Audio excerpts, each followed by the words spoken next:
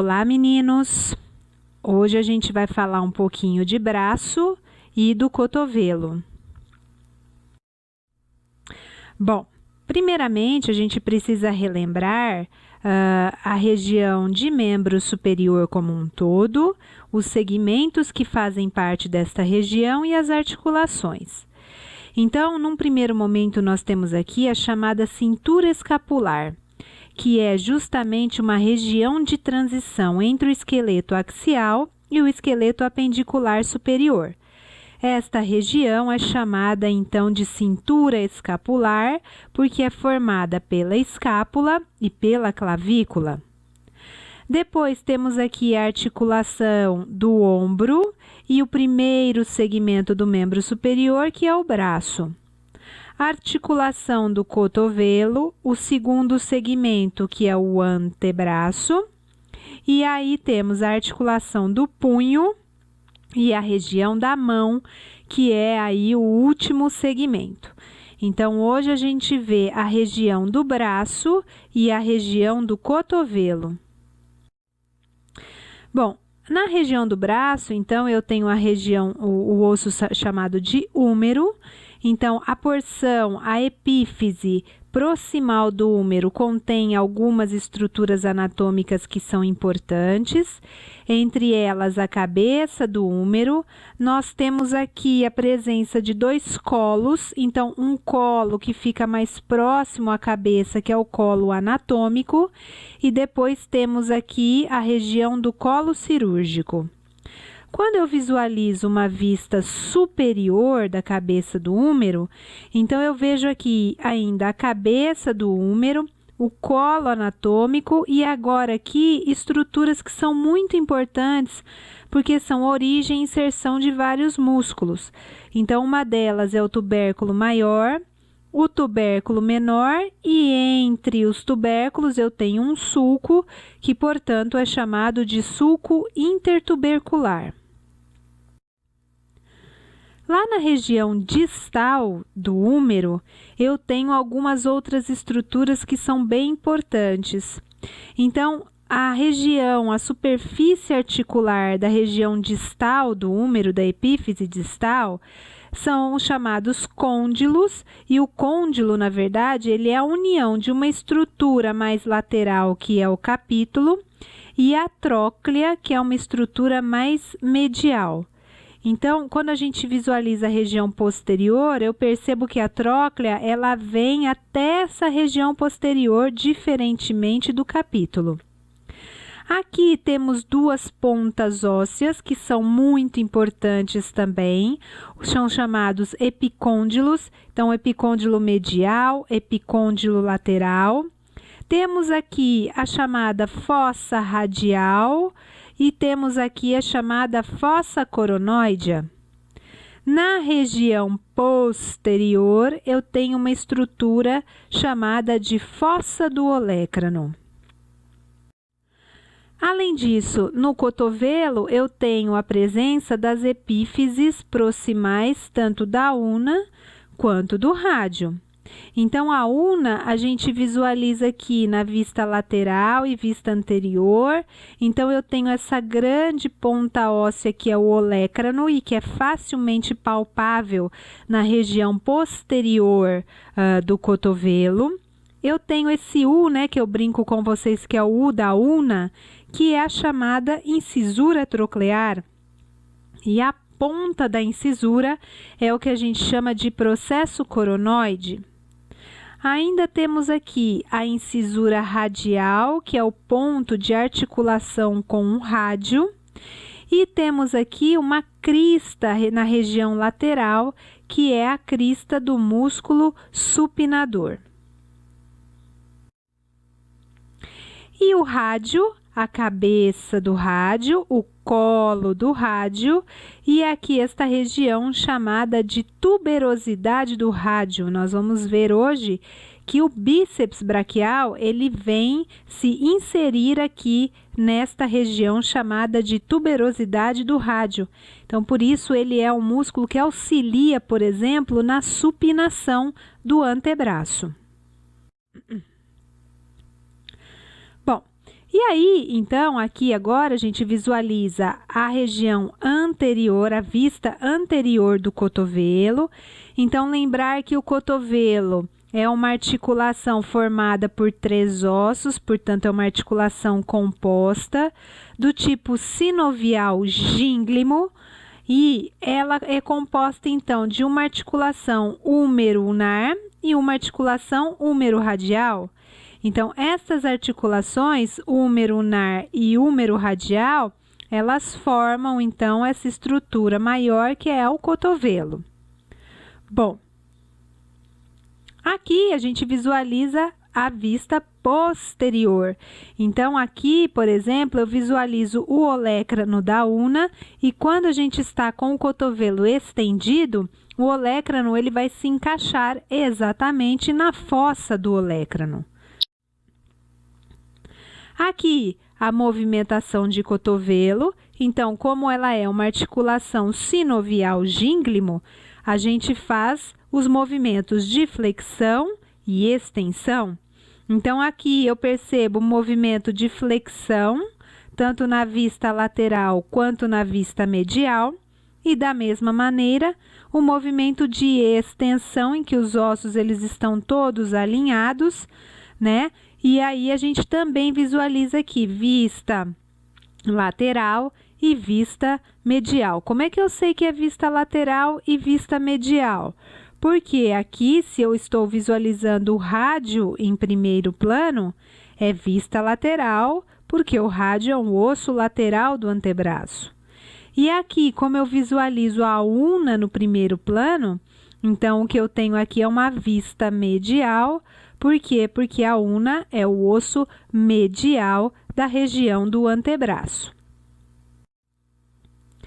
Bom, e aí todos esses 3 ossos são unidos por uma única cápsula articular, e como em todas as articulações sinoviais, a gente tem cápsula, a gente tem líquido, aqui existem bolsas sinoviais também, e estruturas de suporte, como, por exemplo, os ligamentos. Então, nós temos aqui 3 principais ligamentos. O primeiro deles, colateral ulnar, e o colateral radial, que são, então, ligamentos que vão estabilizar para que não haja movimentos laterolaterais. E existe aqui um ligamento muito importante que depois nós vamos comentar, que é lá na aula de correlações, que é o ligamento anular do rádio. Então, o ligamento anular do rádio, ele fica em volta da cabeça do rádio e permite os movimentos de rotação que o rádio realiza, por exemplo, quando a gente faz a pronossupinação do antebraço. Então, esta articulação que existe aqui entre o rádio e a una, esta articulação proximal, não faz parte do cotovelo, né? O cotovelo é uma articulação gínglimo que faz flexão e extensão. Aqui nós temos uma outra articulação rádio-ulnar proximal, que é uma articulação do tipo trocoide e que vai fazer a rotação da cabeça do rádio. Quando o rádio roda, a gente faz o movimento de pronossupinação do antebraço, ok? Então, aqui uma vista anterior, uma vista posterior, e a gente percebe, então, né, aqui a cápsula, e ela é aderida, então, à epífise distal do húmero e às epífises proximais do rádio e da una. E aí, essas regiões em que a cápsula ela é mais espessa, esses espessamentos, acabam, então, formando os ligamentos, que são, então, ligamentos capsulares, colateral ulnar, colateral radial e o anular do rádio. Bom, e aí quais são os músculos que estão nesta região do braço? Então, músculos que vão movimentar o braço. O primeiro deles a gente já falou, e eu sempre digo para vocês que eu repito muito, né? Por quê? Porque às vezes um músculo ele tem mais que uma função, ele está em mais de uma região, então a gente vai repetindo até para vocês gravarem.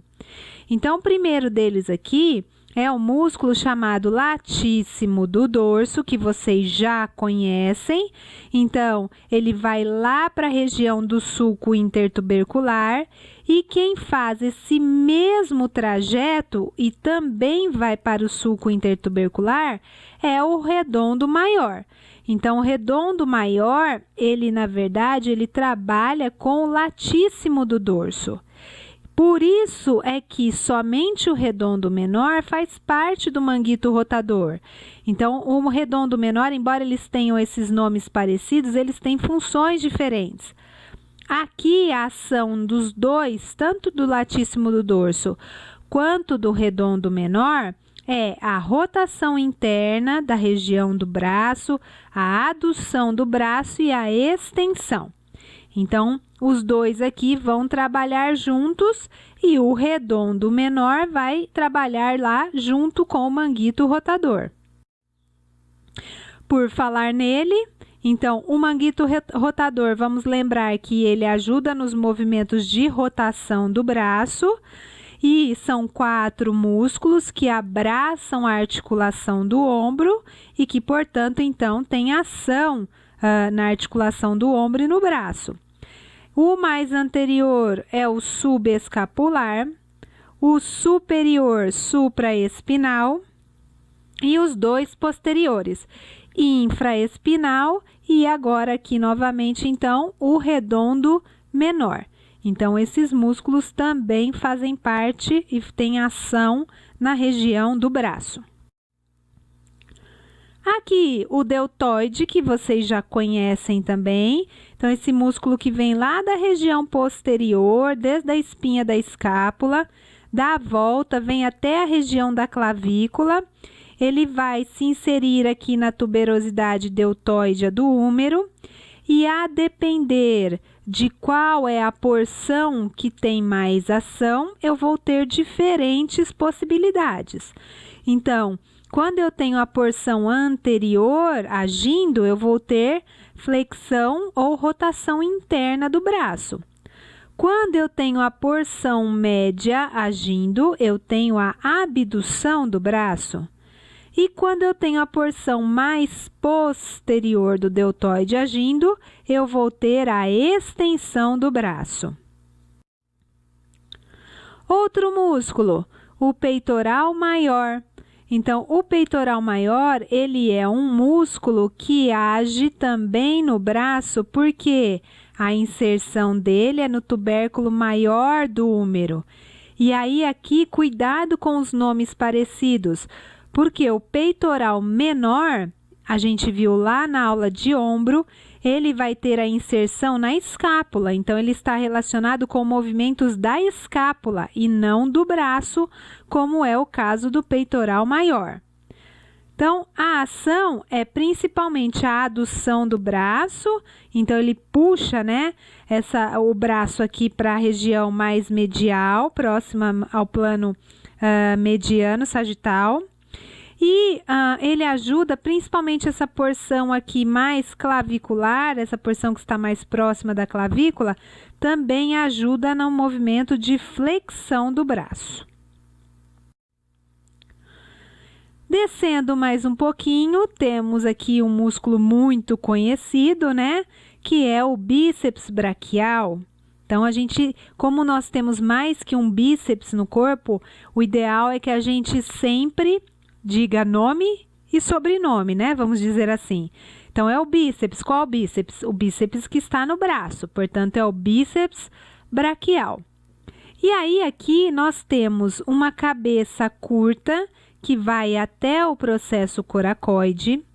E eu tenho uma cabeça longa que vai entrar na articulação do ombro e vai até a região superior da cavidade glenoide, que é o chamado tubérculo supraglenoidal. E aí, o que o bíceps faz? Ele vem se inserir, então nós temos uma inserção na tuberosidade do rádio, como eu já disse anteriormente, mas o bíceps ele também tem aqui uma aponeurose. E essa aponeurose ela vai se inserir aqui próximo aos músculos do antebraço. Então, o bíceps, ele vai simplesmente aqui fazer a flexão do antebraço. Então, né, por exemplo, é um exercício muito conhecido, né, o exercício para fortalecimento de bíceps. E ainda, como ele está inserido na tuberosidade do rádio, ele vai auxiliar, então, na supinação. Aqui uma outra visão. Então, a gente tem aqui, né, o bíceps cortado, já vemos um músculo que está abaixo, que é o músculo braquial. E aqui a gente visualiza bem, ó, a região da inserção na tuberosidade do rádio. A aponeurose, ela foi cortada. E aqui a gente visualiza as duas cabeças, ó.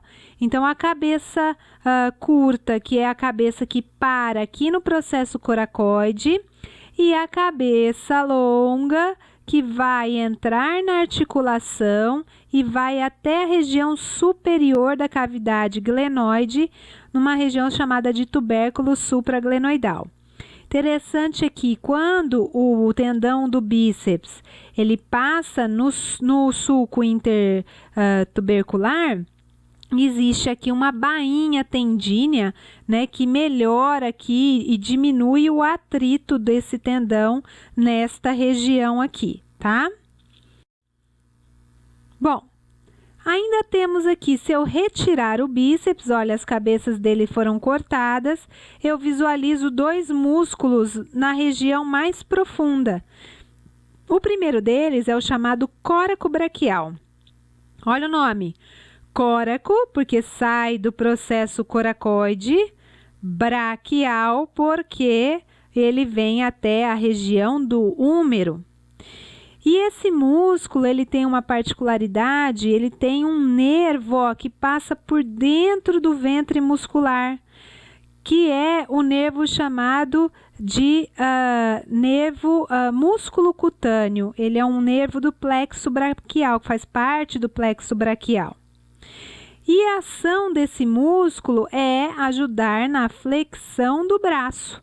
Então, como ele atravessa o ombro, a ação dele vai ser nesta articulação.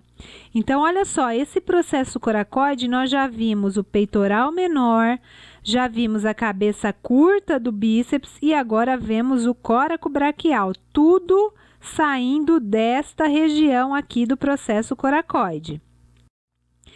E um pouquinho mais para baixo, temos então o músculo braquial. Então, o braquial ele sai da região do úmero e vem para a tuberosidade da ulna. Como ele cruza a região anterior do cotovelo, então ele vai ser um músculo flexor do antebraço. Virando agora a região posterior do braço, nós temos um grande músculo, que é o músculo chamado de tríceps braquial. Então, de novo, temos mais que um tríceps no corpo, precisamos determinar qual é o tríceps que eu estou falando. Então, o tríceps braquial, 3 cabeças.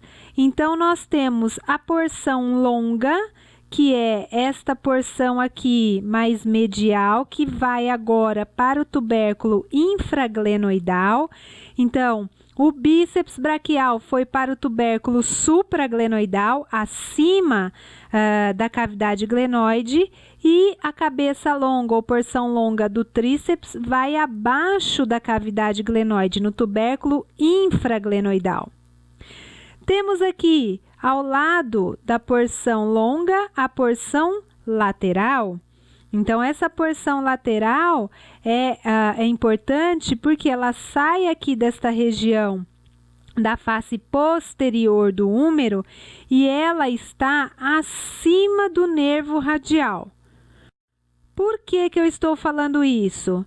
Porque a próxima porção do músculo tríceps está abaixo do sulco do nervo radial.